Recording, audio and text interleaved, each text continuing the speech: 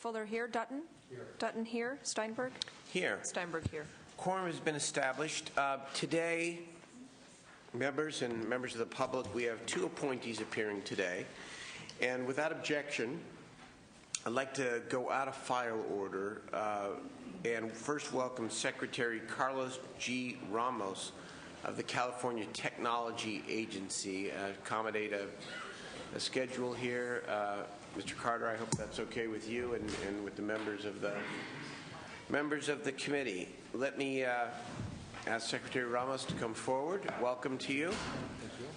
Our tradition in the Rules Committee is to give the nominee the opportunity to introduce any member of your family or special guest that's here with you today, to make a brief opening comment, and then most of our time we'd like to be spent on a dialogue and questions and answers. I know Senator Price is here to introduce our next nominee, Mr. Carter, as well. Welcome to you, and I'll turn it over to you for a moment. Thank you, Mr. Chair and members.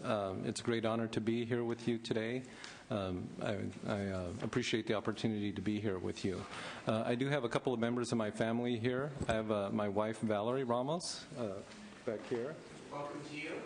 Former educator and administrator in the Sacramento City Unified School District. She currently spends her time volunteering with the tutoring kids over at the juvenile hall here in town.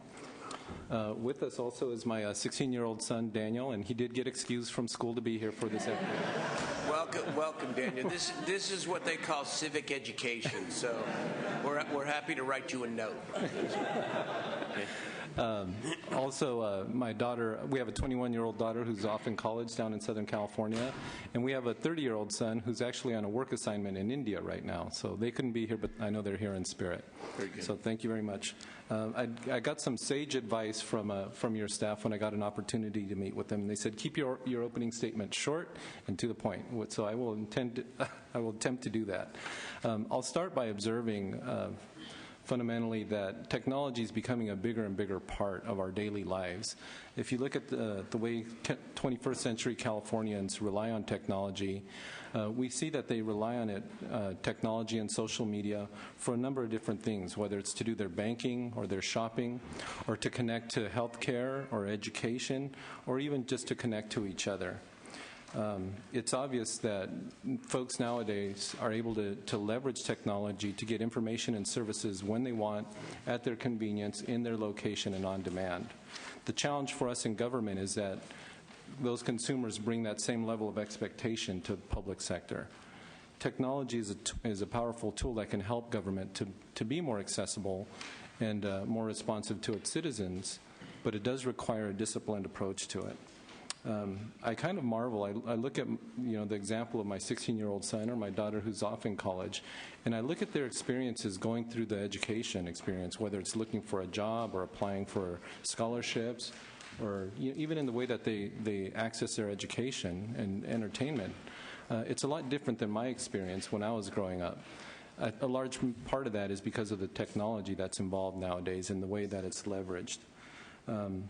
Having said that, though, I will share with you my own philosophy is that technology is not an end to itself. It's merely a tool. It's a tool that can be very powerful. It can help government to be more accessible and more responsive, but it is nonetheless a tool. And so to the members of the state's technology community, I believe that they need to have a solid understanding of a couple of things. One is, if we're going to apply technology to try and meet the needs of our consumers, first thing we need to do is we need to have a very solid understanding of what those consumers' needs are. What are their expectations? We also need a solid understanding of California's policy and program priorities, and finally, a solid understanding of the workings and operations of government. My agency, the California Technology Agency, plays a very key role in guiding the state's administration of its technology portfolio, but also in ensuring that the state gets tangible value from its investments in technologies. I am honored to have been selected by Governor Brown to be the first Secretary of Technology. I'm honored to be here before all of you. I want you to know that I understand that it is a serious and difficult challenge to lead this agency, and it's a responsibility that I don't take lightly. My pledge to you and to the taxpayers of California is to use this office to make sure that government gets good value from its investments and that it uses technology wisely. So with that, I will thank you for the time to be here, and I'd be happy to answer any questions or address any issues. Thank you very much. I'd like to ask one question about sort of your vision and, frankly, the administration's vision for your entity that you head and its role in state government. It was 2 years ago that, under Governor Schwarzenegger's administration, the agency was created at the cabinet level. And the motivation behind that action was the state's less than stellar record, if you will, managing information technology programs. And so the idea was to make this cabinet level, and it enhances its visibility and its accountability and performance. Now, in the governor's 12-13 budget, he proposes to move the CTA into a newly established government operations agency along with several other administration functions. And although the proposal doesn't appear to strip your entity of any of its responsibilities, it is now co-located with other responsibilities. What does that mean? What should that mean to us as we consider the budget going forward and the importance of getting state procurement around information technology and performance right, as opposed to what has gone on in the past? Sure. So I would start with a couple of observations. One is that, I watch with interest the efforts of the last couple of years with regards to this agency. My own experience, having been in the job now for close to 8 months, is that the authority of the organization, its effectiveness, and the way that it's able to work with other entities within government, as well as the private sector, doesn't really come so much from its visibility or its being designated a cabinet-level agency.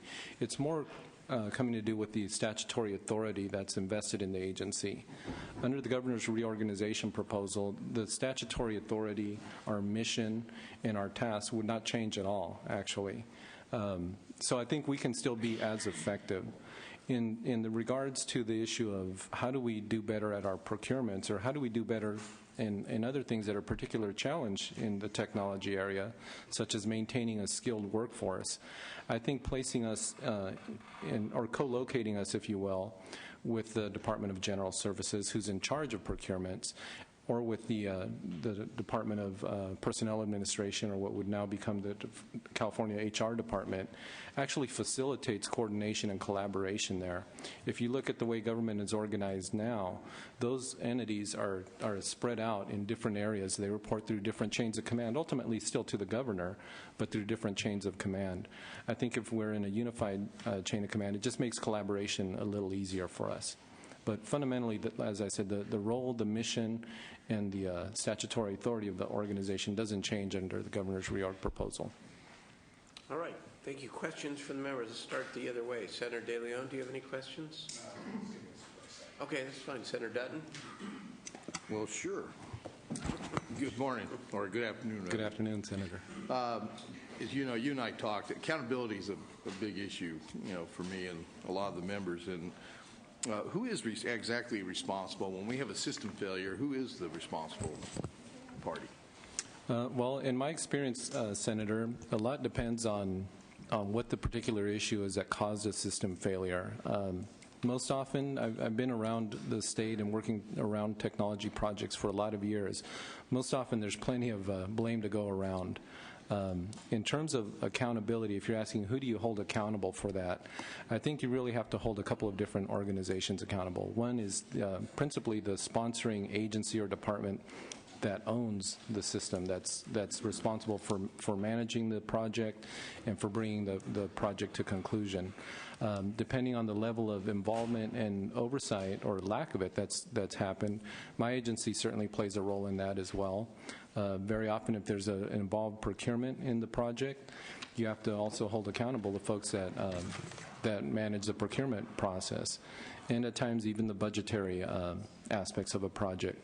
So in terms of accountability, you have to hold all those organizations accountable.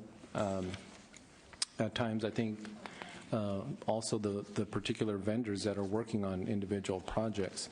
I'll tell you, this is a really challenging and complex issue. It needs to be tackled in a number of different ways. Typically, the processes that we use to plan and initiate and get projects approved and funded and then run a procurement are very, very long processes. They take, at times, up to many years to get a project from the initial planning stage all the way to the end of delivery. There's a lot of things that change and a lot of moving parts that happen during that time, many of which can contribute to delays in a project, that can contribute to cost increases in a project, and at times add risk and complexity. So I think all of those things need to be addressed. But certainly if I was sitting in your seat and holding folks accountable, I would have to say probably the sponsoring department first, and then along with the control agencies that have a hand in managing and overseeing the project. But as the secretary, you're kind of over all that, right? So the buck actually stops with you, doesn't it? Yes and no. We're responsible for reviewing and overseeing a project once it's brought forward to us, including the development and the rollout. But some things are frankly out of my control, such as the budget process, right, or even a procurement process that goes through Department of General Services. We can be involved in advising. But if there's a delay in let's say, a budget, or if there's a change of law that happens which comes along in the middle of a project which requires changes to a system, those things have to be accommodated in a project schedule. Okay. By January 15th of each year, you're supposed to provide to the legislature by statute a performance measures on how you're doing to improve your agency. Have you done one for this year? Sure. Well, we actually do have some. We have some handouts for you here. In terms of our report, I think we just recently issued in January. I don't know if it was by the 15th. Our annual strategic plan. In addition, our enabling legislation did require us to report on some specific measures. Christine, if you have the handouts. Oh, I guess they're making their way around. I can go through our progress in meeting the different performance targets and the metrics that we were given. And we'll have the sergeant hand out the documents. Yeah, actually, we're talking about the strategic plan. Correct. Okay. Right. That's what you're talking about? Correct. Okay. And there are some metrics reported in there. I've just pulled out a part of it. We can certainly give you a copy of the full plan. And that was submitted, like I said, in January. So if you look at the chart here, we were given targets in 4 specific areas that we were asked to hit. They were in the area of reducing energy usage, consolidation of our network, and consolidation of our email services around the state, and then a reduction in the data center square footage, the raised floor space around the state. What you see in that middle column is the target date and the targets that were given to us, and what you see in the right-hand column is where we are as of July of this year, July of 2011. So, okay. For example, do you want me to go through them, or? No, I okay. want to make sure that it got submitted. Okay, and I guess you have a copy of the plan there. Right, okay. Thank you. That's what I want to know there. In addition, on February 1st, state agencies are supposed to, they're also required to submit to you a summary of their actual and projected IT cost and their IT capital including plans? Personnel and all that and so forth. Today would actually is the deadline, and have you received the required reports? To be honest with you, I've been preparing for the hearing, so I don't know. But I'll go back and check and see how many of them did and how many of them did not. Okay. Certainly I can get back to you on that. One of the reasons I'm concerned, obviously, is because some of the sitting here on rules as well as the budget, I've been very concerned that even when some of our departments seem to have the money in the way of grants and things like that, that they don't seem to be able to get their systems up and running. We had some problems a little over a year ago with, unemployment insurance checks going out and stuff because the system, even though they had $60 million to upgrade their system, they just never did it. And so that's the reason I'm concerned about making sure that it's one thing if we aren't giving you the funds, but when you have the funds, it's kind of inexcusable not to get the work done. Sure.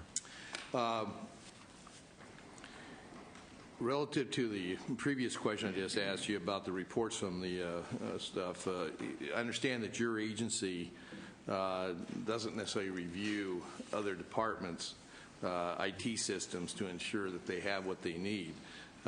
You wait for them to contact you, so you're kind of in a reactionary mode. Don't you think it should be part of your charge to actually be more proactive in dealing with some of these agencies? Yeah, I guess I wouldn't necessarily characterize it that way. I guess the way I would look at it is that we actually do work very closely with the different agencies. They're required to submit, as you were just mentioning, a 5-year IT capital plan each year, which is basically a rolling 5-year period in which they lay out for us what's their technology infrastructure, what do they have planned in the way of systems that need to be replaced or upgrades that need to be done over the next 5 years. So we do work with them pretty regularly on that. Work with them, or do you actually, Well, I mean, we require them to submit it. Are you waiting for them, or are you actually, like right now, there was supposed to be reports in and so forth. Right. I'm assuming somebody from your we have a whole. You're going to say, "Hey guys, where's the report?" Right. Yeah, we have a whole section of folks that work on oversight of the state's technology portfolio. So we do require them to submit those plans. But in addition to that, we also have each agency, cabinet level, come in along with their subject departments and do monthly portfolio briefings in which they bring forward all of the projects that they're working on. They give us a status report on where they are with it, any problems that they may be experiencing, things that we can help on, or some things that we just need to be made aware of. So we do work, I would say, proactively with them. I think the comment that you may have heard was when I was meeting with staff. I think the question that came was along the lines of, older technologies that are out there. Do we go out and tell departments when to change out their old technologies? And my point to them was, in terms of what's out there and that's old, departments already know that. My comment was that as a technology agency, I can't go to a department and say, hey, this needs to be your top priority. I'll give you an example that's actually a recent and live example. The Secretary of State has a very old system that supports I think it's called CalAccess, where it supports it reports where lobbyists make contributions and tracks that. It's built on old technology and it needs to be replaced. But they're also in the process of putting in a voter registration or electronic voting system. Now, that agency certainly knows that system needs to be replaced. We've been working with them. It's part of their plan. But to go there and say, you need to put everything else you're doing aside and make that your top priority. Well, just keep one thing in mind when you're going through all this process, and some of the frustration you'll see from legislators from time to time is that once we've acted on something, once we've passed a budget, once we've done passed a statute or something like this, we're working on the assumption that it's being done. And if it's not being done, somebody needs to bring it to our attention. Sure. And so I would suggest that if you're having trouble with some of these various agencies and departments, that you be a little more proactive with us anyway. Sure. And make sure that we're in the loop and we understand that even though we've permitted it to take place, we've funded it, we've budgeted or whatever, that if it's not being done, I kind of look at it as being part of your responsibility to let us know there's a problem. Well, and I certainly do as well. And just so you do know, so when a project is approved, it's usually approved through our agency through what's called a feasibility study report. In that report, there's a projection of schedule, of cost, a number of different milestones in there.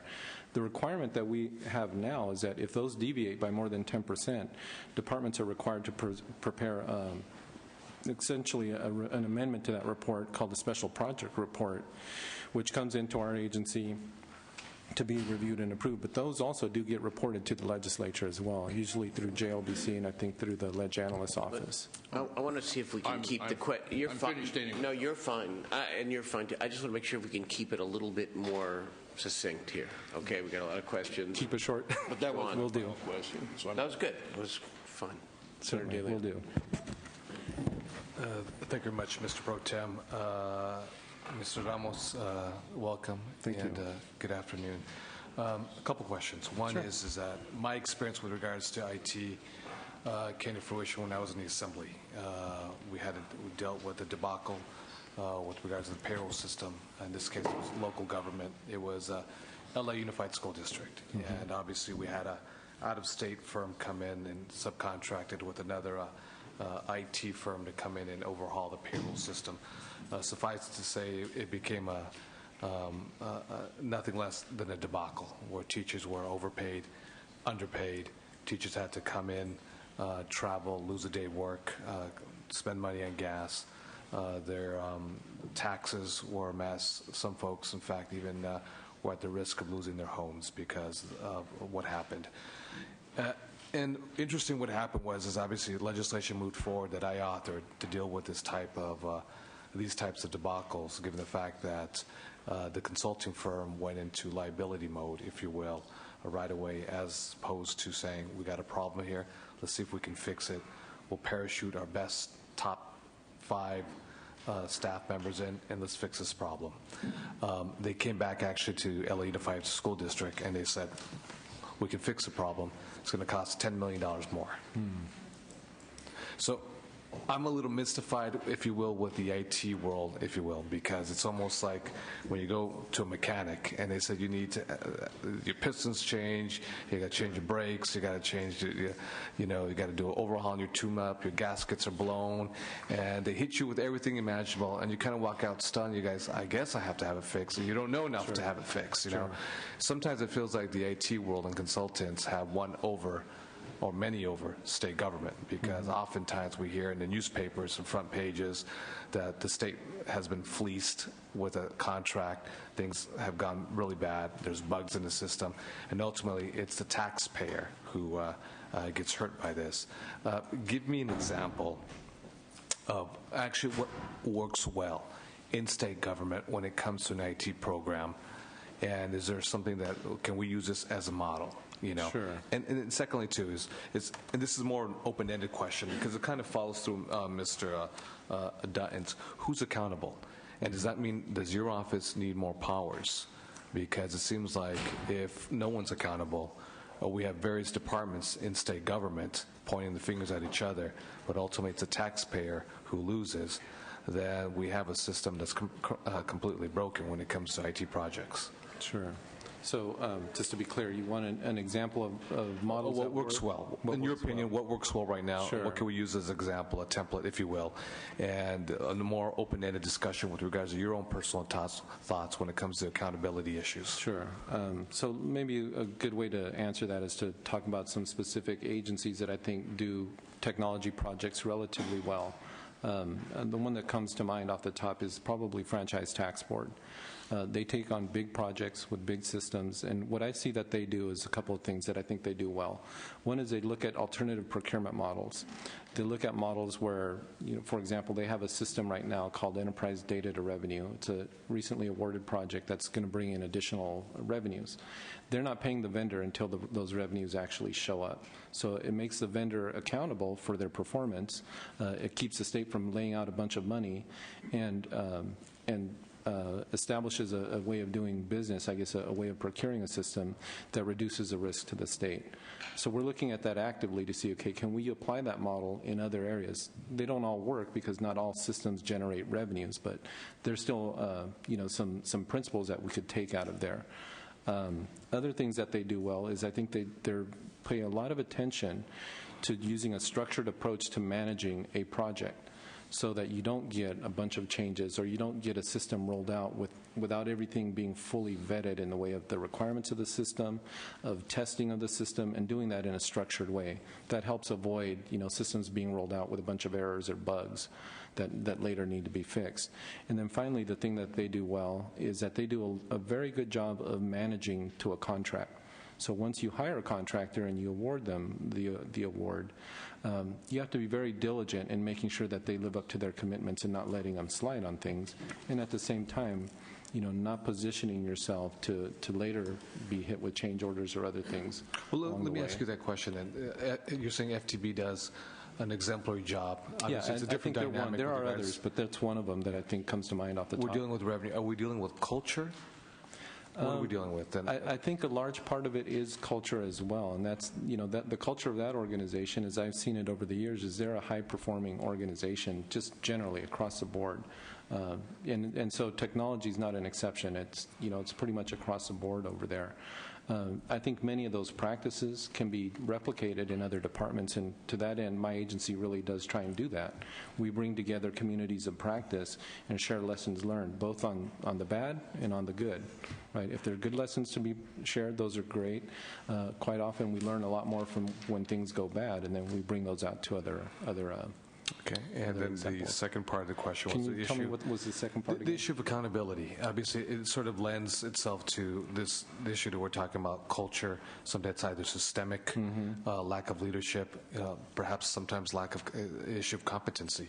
Do folks in the private sector consulting world, the IT world, frankly, know much more, and they can easily fool state government workers, if you will, and to what products they need, they don't need.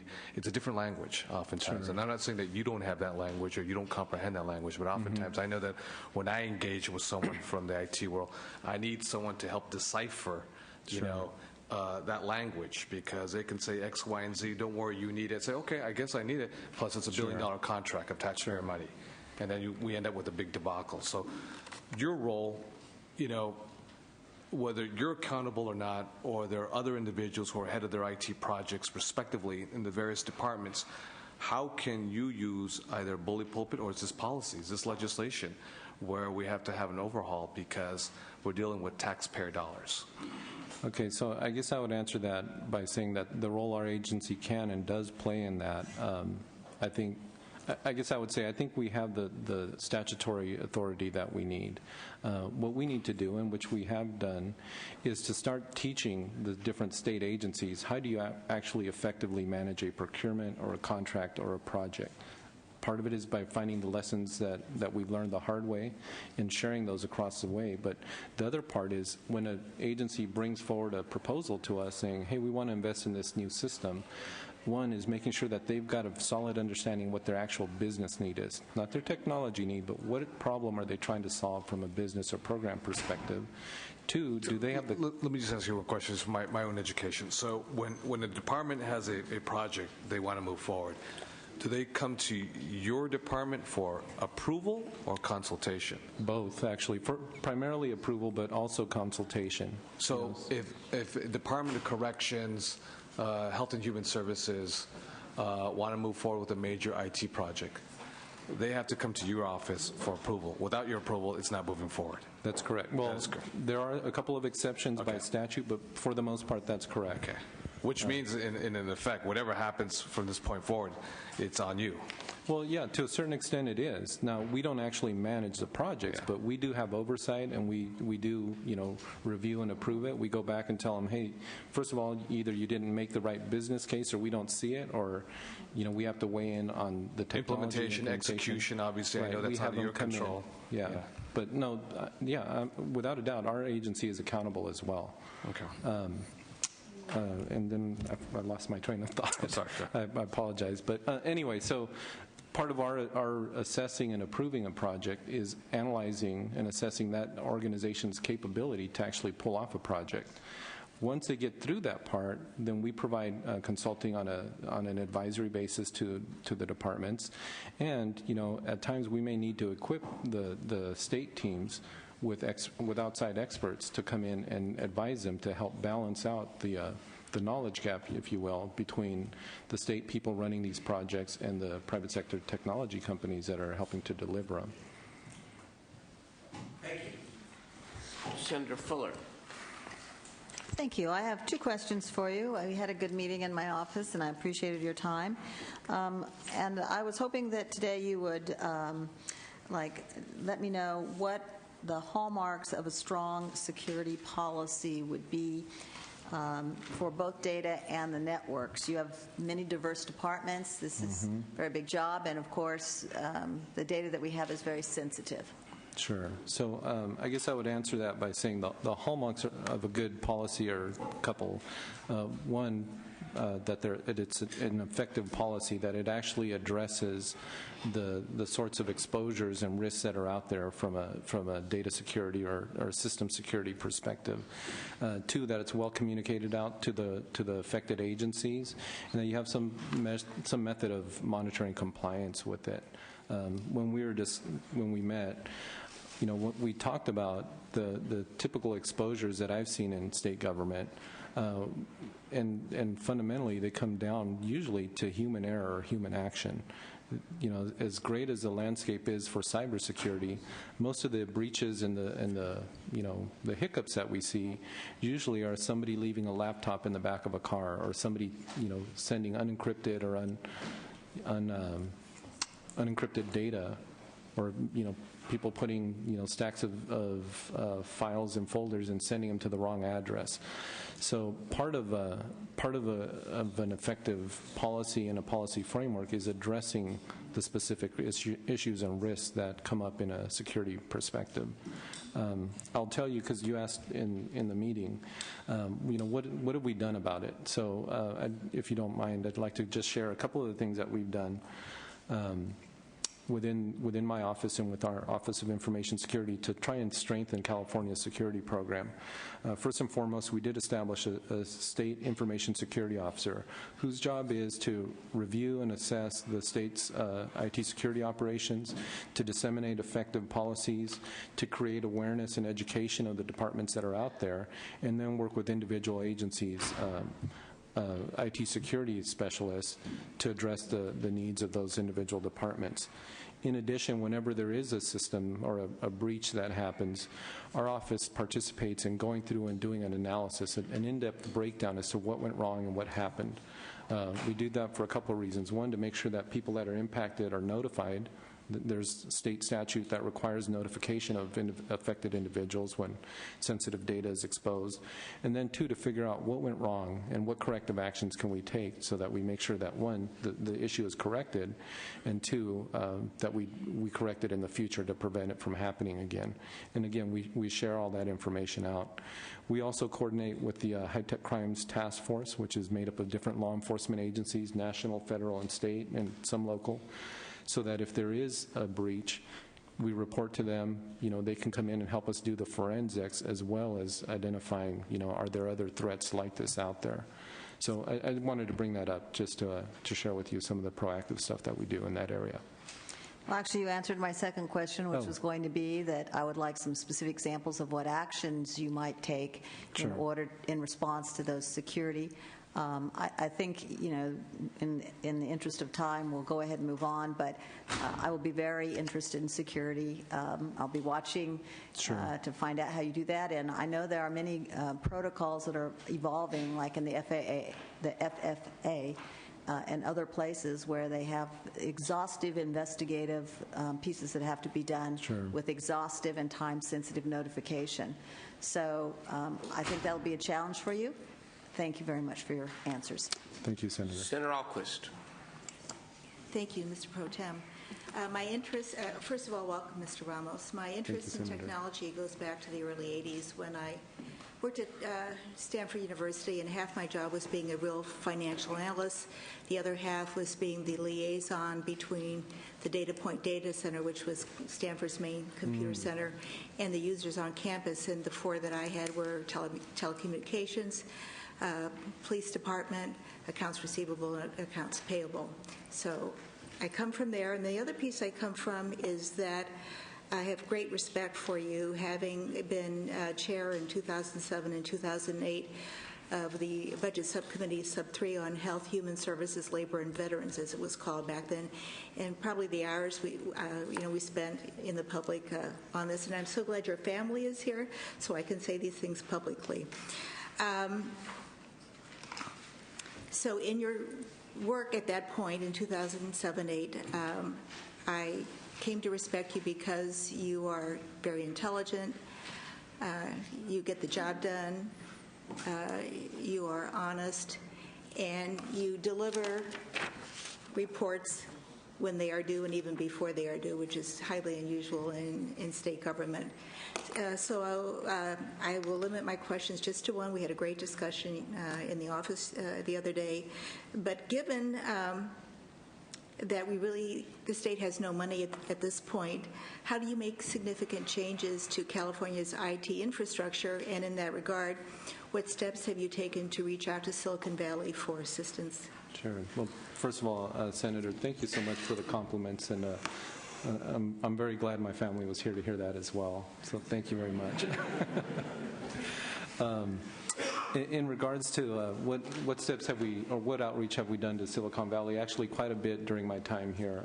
I've gone out to Silicon Valley for a couple of reasons. One, and I've made no secret of this to them either. One is to go out and steal as many best practices as I can. I've gone out and I've looked at their operations of some of the largest technology, most successful technology companies. I've had them walk me through their data centers and tell me what they're doing and how they're doing it, and then I'm bringing them back and trying to steal as many ideas as I can. The other thing that I've done as well is I've reached out to them to help us educate and train and develop our state's technology workforce, to Senator De Leon's question of, there's this big knowledge gap, so how can we learn from them?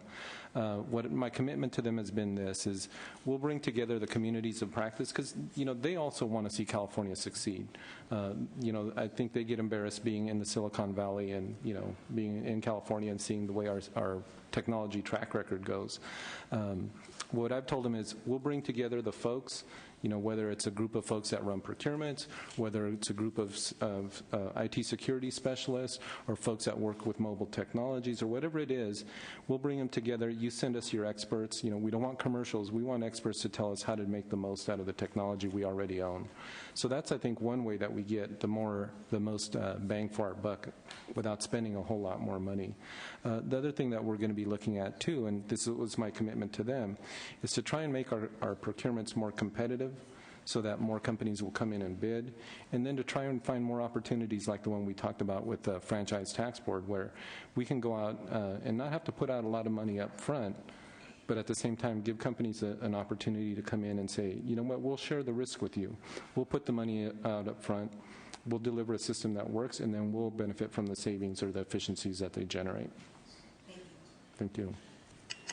Thank you, members. Mr. Ramos, I began the questioning some half hour or so ago by expressing some concerns about the administration's current reorganization proposal. And the impetus for the question and the concern is whether or not the public knows and the legislature knows who ultimately is accountable for the success or lack of success of what are very often high-profile, expensive projects. And then in the questioning, and I'm not quoting exactly, but to paraphrase, what I heard from you is saying that essentially the authority for IT within the state is rather diffuse. You said something to the effect, again, not exact words, that you and your agency cannot control the procurement, that you can't control the budget. You said in response to one of the senator's questions that we don't actually manage the project. And I must tell you, I'm not sure whether it's the organizational question or frankly the answers to your questions here, but I'm left with some concern and some unanswered question. You're obviously a very able and competent person, but we are talking about leading California's information technology function here, and I'm left at this point a little bit uneasy. For example, if the Department of General Services is actually responsible for conducting most of the state's procurements, how is your agency collaborating, either formally or informally, with DGS to streamline the procurement process? and address my concern and what may be the concern of others, a perceived lack of coordination that exists between the two. Sure. Because if you're not responsible for what they do and you're not responsible for what they do, and the governor and his administration is, I know, very busy with a whole host of high-profile things relating to budget and ballot initiatives and high-speed rail and water and a lot of things here. Who is responsible? So I need, whether it's now or whether we come back in a couple of weeks, I'm going to need a little bit more assurance that organizationally that this plan, if you will, is a sound one. Sure. Because I don't respectfully feel that at this point. I'd like to give you a chance to at least answer the question about, again, about accountability. Sure. And about coordination, and about where the buck stops, and about confidence that this very high-profile function of state government, where we have a bad, actually woeful history of performance before your time, is not going to repeat itself. Certainly. So thank you for the question. I think it's a good question, and I guess I would answer it in this way. Although it's true, the authority for administering the state's procurement program resides with DGS, and authority for administering the state budget process is with the Department of Finance. As a technology organization, or any of the agencies that are running a technology project, all of those aspects actually do have a direct impact, and so we have a direct stake in that. From the perspective of accountability, if the question was, who do you hold accountable when a project goes bad? Mm-hmm. My response is, you have to hold our agency accountable, you have to hold the sponsoring department accountable, and if those other issues are factors in them, then I would think accountability needs to go there as well.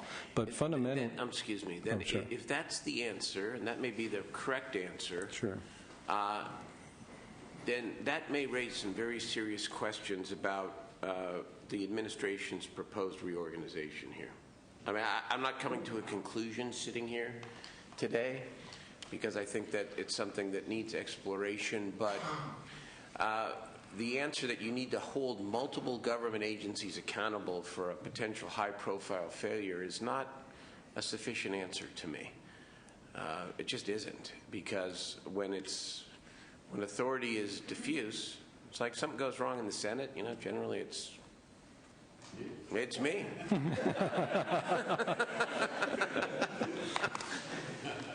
And when something goes right, it's everybody's credit.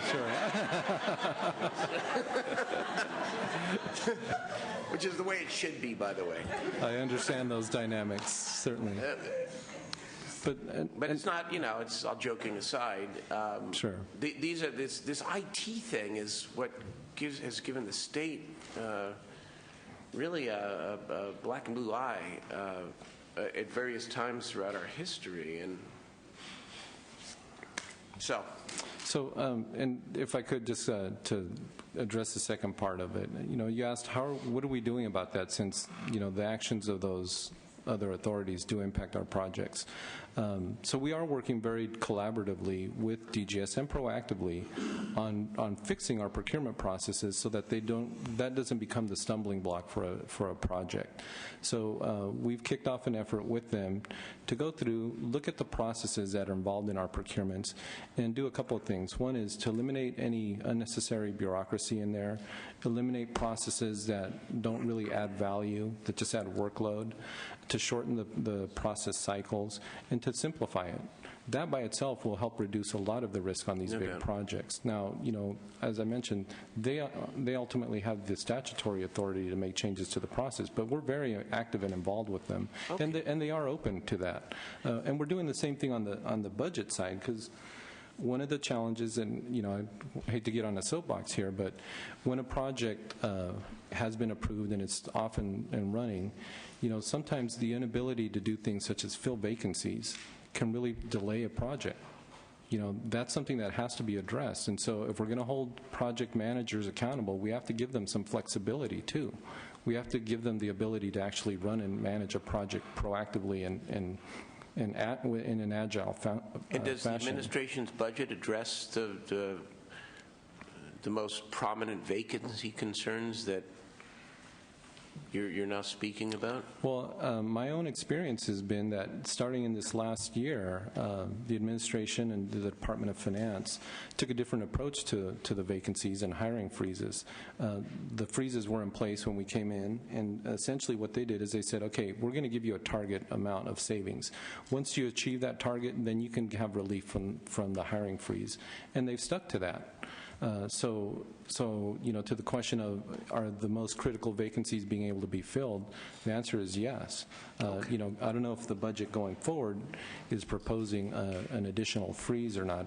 I don't believe it is, but I'm not the budget expert. Okay. Let's hear from witnesses in support of the nominee, please. Come on up. We can use the mic by Mr. Torres's seat over there, or you can sit down. Mr. Chairman and members, thank you. Assemblymember Luis Alejo. I'm here on behalf of the Latino Legislative Caucus. I'm the appointments chair of our Select Committee on Appointments, and it's very few times that I've come before you coming in to speak on behalf of a candidate, but I couldn't find a better person to come speak on behalf of for this position. Mr. Ramos, as you all know, has impeccable credentialed, a vast range of experience working on statewide IT projects, and I've had an opportunity to work with or talk to numerous leaders in the field who have nothing but great things to say about their interactions and their work experience with Mr. Ramos as well. And certainly somebody who's really done a great job being an ambassador on these issues for the governor's office with the legislature, leaders in the field, and the community at large. And somebody really with a great family story, a guy who came from humble roots, but yet has become one of the top experts in his field. And I just wanted to express our support on behalf of our 23 members in support of Mr. Ramos here today. Thank you very much. Kelly McKechnie on behalf of Tech America. We're the nation's largest technology trade association. We are here in support of Carlos Ramos's confirmation. We believe he has the experience, the vision, and the commitment to lead the agency, and we're in full support and urge your support as well. Thank you so much. Mr. Chair, members, Chris McKaylee on behalf of our client Natoma Technologies, which is a certified small business system integrator. We've had the privilege of working with Mr. Ramos since his days at the Health and Human Services Agency. I think as he indicated, he's often sought best practices from the private sector. He's also looked out in the past for small businesses and those vendors. While some in the technology community share Senator Steinberg's concern and the delineation between the roles of DGS and CTA, perhaps those will come out during the budget subcommittee process, but we have known Mr. Ramos for a long time and have worked cooperatively with him and urge his confirmation to this position. Thank you. Thank you very much, Mr. McKaylee. Emily Pappas here for Hewlett-Packard in support of the Secretary's confirmation. Thank you very much, Mr. Pappas. Fred Main on behalf of TechNet in support of the Secretary's confirmation. Thank you, Mr. Main. Frank Ramirez, the National Director for Governmental Affairs for the National American Indian Veterans. I've known and worked with Mr. Ramos for over 30 years. He has the skill, knowledge, and ability, and the integrity. It would be a real honor to have him represent the state of California. He's an innovator. He knows how to go out and look at best practices, and we have all the confidence in the world on his ability. Thank you. Thank you. Good afternoon, Mr. Chairman and members. Moira Top on behalf of both Cisco Systems and Accenture, and we strongly support Mr. Ramos's confirmation for Secretary. Yes, sir. Yes, Senator. My name is Marco Lizarraga. I'm the Executive Director of La Cooperativa Campesina de California. We represent the farm worker programs in the state, and we have all the confidence in Mr. Carlos Ramos, who has always been a great supporter of our organization, advising us and helping us with all the skills that he has in government and in technology. Thank you. Thank you very much. Are there any witnesses in opposition to the nomination? If there are no witnesses in opposition, look, I have read your resume and background, and you're eminently qualified. And you're obviously a dedicated public servant. I am open to supporting your nomination. But I would prefer today to put the matter over. We have until July the 4th of 2012. That's your one-year expiration. And I'd like to, not just with you, but with the governor himself and the administration, to have some more discussion about this issue of how the administration intends to organize the entire IT function, and mostly around this notion of accountability, where the buck stops, and how we can have confidence going forward that we are going to learn the lessons from the state's past, and that this is going to be a source of real pride for the entire state. And I think the hearing was very helpful. It raised the issues, and your answers were candid. They were honest with us. We appreciate it. But I think without objection from the committee, I'd like to put this over, leave the potential bringing you back to have some more discussion with the committee, and go forward from there. Senator De Leon? Let me just, I want to echo the chair's sentiment. Not all is lost, but there's something that's gargantuan that's on the horizon, which, again, and I think Mr. Dutton underscored privately what's been the reality. The reality is that, not on your watch, per se, but when there's large fiscal debacles, those who are left holding the bag are the taxpayers, and those who are besmirched and tainted are these individuals who are on this horseshoe, and other colleagues like us, both Democrats as well as Republicans. While consultants and other folks, bureaucrats, inside the system and the establishment hide. And when the buck stops, it seems to stop on us, and we're the legislative branch. So this is a very important position. We're taking it with utmost importance. I just want to echo, the chair's sentiments, and I'm very supportive of what you just articulated. And I think between now and that point, whenever that point is, through the chair, a lot of important work and conversations has to take place. Okay. Thank you, Senator. Senator Dutton? Yeah, I concur with the chair. There are a couple added things that I'd like to have you come back and give us some information. As I pointed out, a lot of these agencies had today's deadline. They're supposed to provide us with reports on costs and project estimations, actual, and so on. We're starting the budget process, so it'd be nice to have that information, and so I'd like to have you give us a report on who's responded and where are we, and the agencies that haven't responded, when are they going to respond? Sure. If you could do that. And then also, too, I think Senator Froehler brought up some issues regarding security issues, and I'd like to have some feedback from you on a little bit more specifics on what we're going to do to make sure that the systems are safe. So. Sure.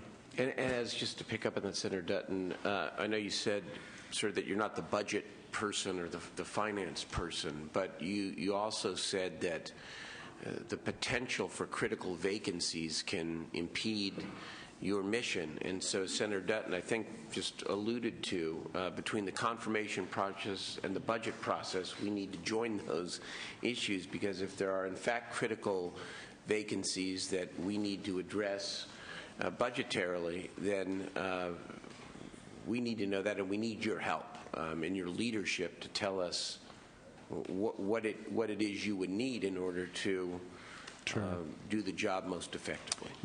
If I can, Senator, one of the things that my agency does do when subcommittees are taking up project and technology issues, usually they do appear at those hearings as well to weigh in there. So that's one vehicle that's already available to identify these critical projects and critical needs on those projects. That's good, but let me suggest again respectfully that as the head of the agency, it needs to come from you. Sure. Directly to us. Sure. The budget subcommittees are important, but again, that can be very important, but that process. The Rules Committee is in part not only to assess the qualifications of a nominee, but also to highlight the challenges facing your public mission. And so don't be shy about with the administration's blessing, of course, or to say, hey, we need this in order to make it work. Any other comments? And no, just to follow up on that issue, though.